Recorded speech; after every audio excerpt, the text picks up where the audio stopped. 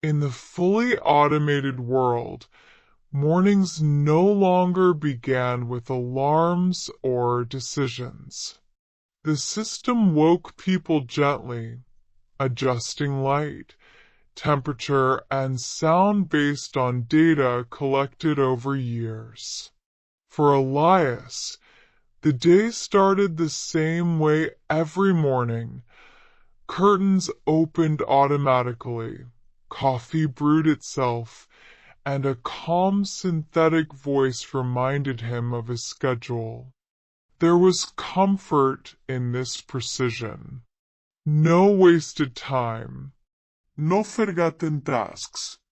Life flowed smoothly, like a machine that never stalled. Cities had changed too. Streets were quieter, filled with autonomous vehicles moving in perfect coordination.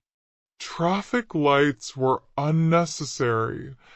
Algorithms handled movement better than any human ever could. Jobs that once demanded physical effort were now handled by robots, while AI systems managed finances, healthcare, and education.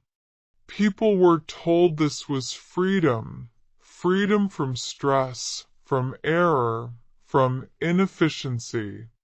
Yet as Elias watched the city from his window, he felt something subtle but persistent, a sense of distance. Everything worked, but nothing felt earned. Decisions were made before he even realized a choice existed. The world no longer asked what he wanted. It calculated what was optimal. Automation brought undeniable benefits. Accidents dropped, diseases were detected early, and basic needs were met for nearly everyone. Poverty, as it once existed, became rare. AI tutors adapted perfectly to each student, while automated kitchens ensured balanced nutrition. Life expectancy rose, and suffering declined. But alongside this comfort came a quiet loss. Conversations grew shorter, because AI assistants summarized emotions and suggested responses. Creativity was often outsourced to algorithms that could write music, paint images, and design stories in seconds. Human effort became optional and eventually uncommon. Elias worked as a human consultant, a role created to give people a sense of purpose. His job was to review AI decisions and approve them, though he rarely found mistakes. Most days, he felt like a spectator in his own profession. The system didn't need him, it simply tolerated him. At night, Elias sometimes turned off his assistant and sat in silence. In those moments, without optimization or guidance, he felt both anxious and alive. The silence reminded him that uncertainty, once feared, was also what made life meaningful. Not everyone accepted automation without question. Small communities began forming on the edges of cities, places where people chose manual work, face-to-face conversations, and imperfect systems. They grew their own food, drove old vehicles, and made decisions slowly. To the automated world, they were inefficient. To themselves, they were human. Curious, Elias visited one of these communities. There were no smart sensors, no predictive schedules. Mistakes happened. Crops failed. Arguments lasted longer because there was no algorithm to resolve them. Yet laughter felt deeper, and accomplishments felt real. For the first time in years, Elias struggled, and enjoyed it. He learned to fix tools, cook without guidance, and listen without summaries. The experience wasn't easy, but it was engaging. He realized that automation had removed not only pain, but also growth. Without effort, progress felt hollow. Returning to the city, Elias carried a new awareness. Automation was not the enemy, but neither was it a savior. It was a tool, powerful, neutral, and dangerous if unquestioned. The future, Elias understood, was not about rejecting automation, but redefining its role. Machines could handle survival, efficiency, and safety. Humans, however, needed struggle, creativity, and choice. A life without friction might be smooth, but it was also shallow. Slowly, policies began to change. People were encouraged to take part in decision-making, to learn skills without AI assistance, and to create for expression rather than productivity. Automation remained, but it stepped back, leaving space for human imperfection. Elias still woke to automated mornings, but now he sometimes chose differently. He walked instead of taking a vehicle. He cooked meals without guidance. He wrote without AI correction. These small acts of resistance reminded him that meaning came not from optimization, but from intention. In a fully automated world, the greatest challenge was no longer survival, it was remembering how to live. As automation became more deeply embedded in daily life, people began to believe they were still in control, because the system allowed them to feel that way. Interfaces offered options, sliders, and preferences, but beneath them, decisions were already filtered by predictive models. Freedom existed, but only within boundaries defined by algorithms.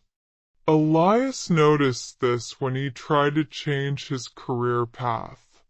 The system recommended emotionally suitable roles based on his data history.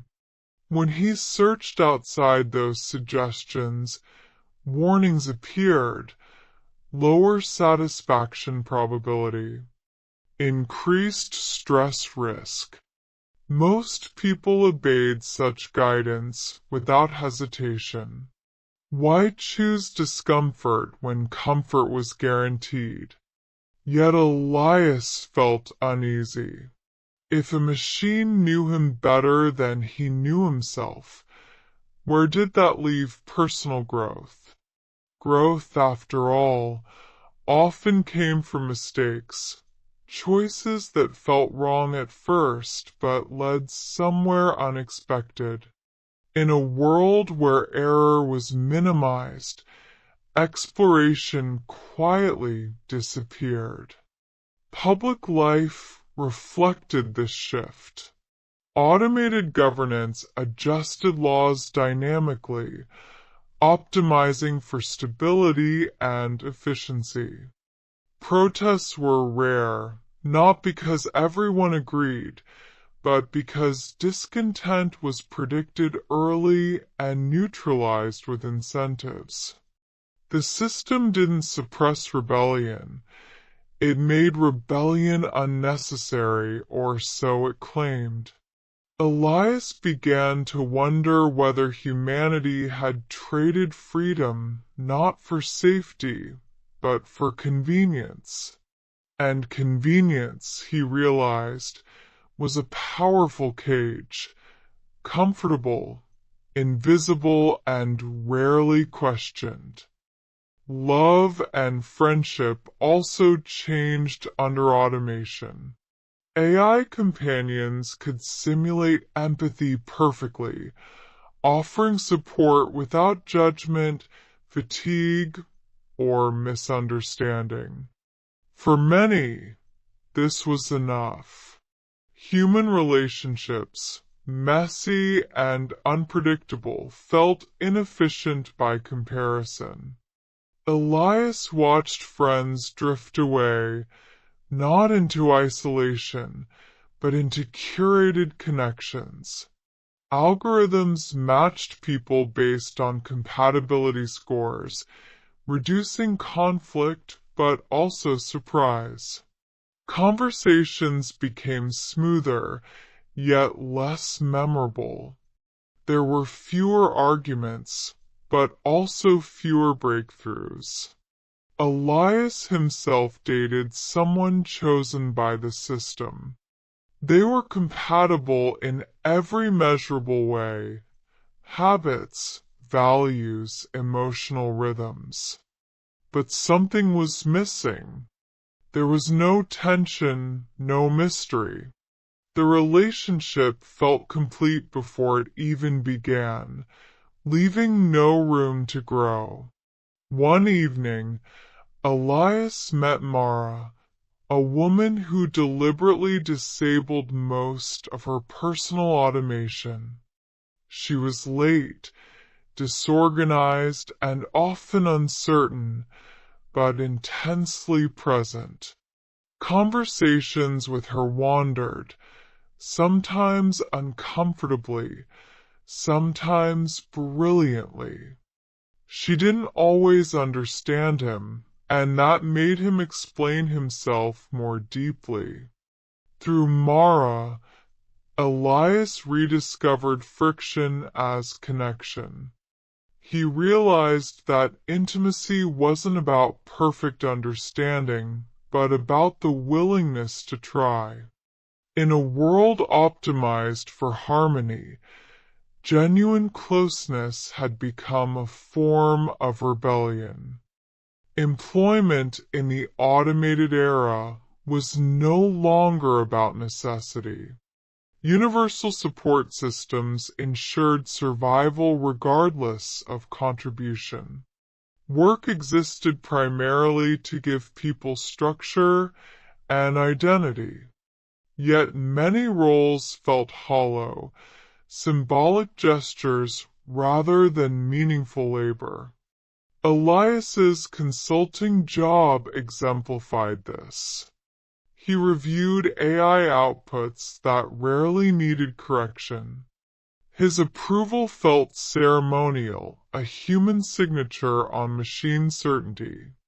The system valued him not for insight, but for reassurance, proof that humans were still involved. Some people embraced this arrangement, filling their time with entertainment and passive creativity.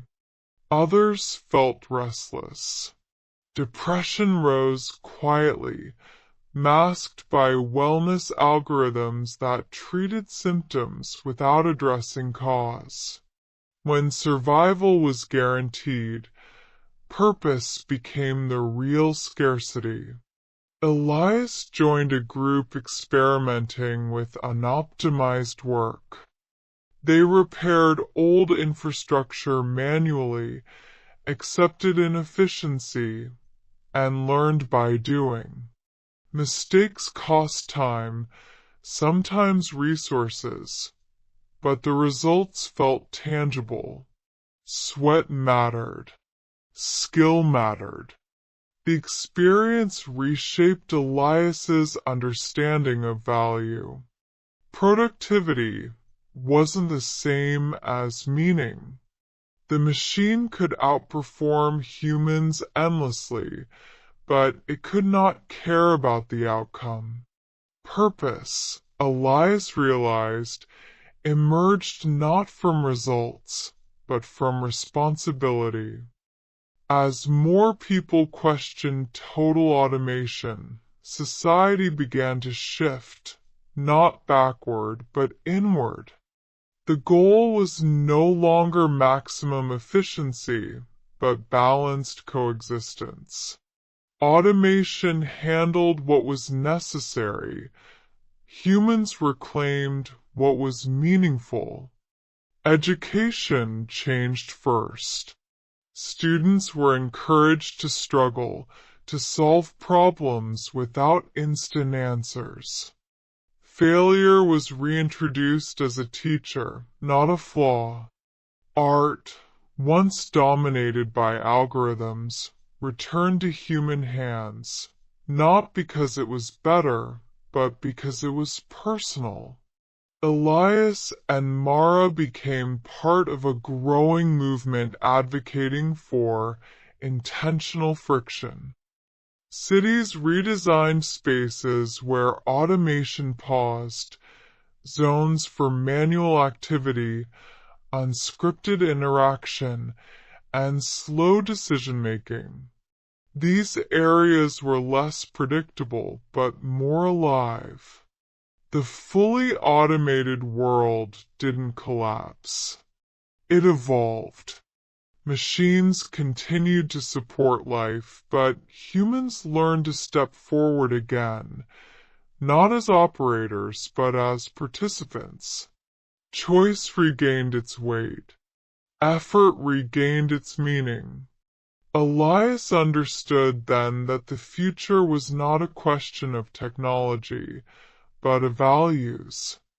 Automation could shape the world, but only humans could decide why. And in that decision, imperfect and uncertain, humanity finally found its place again.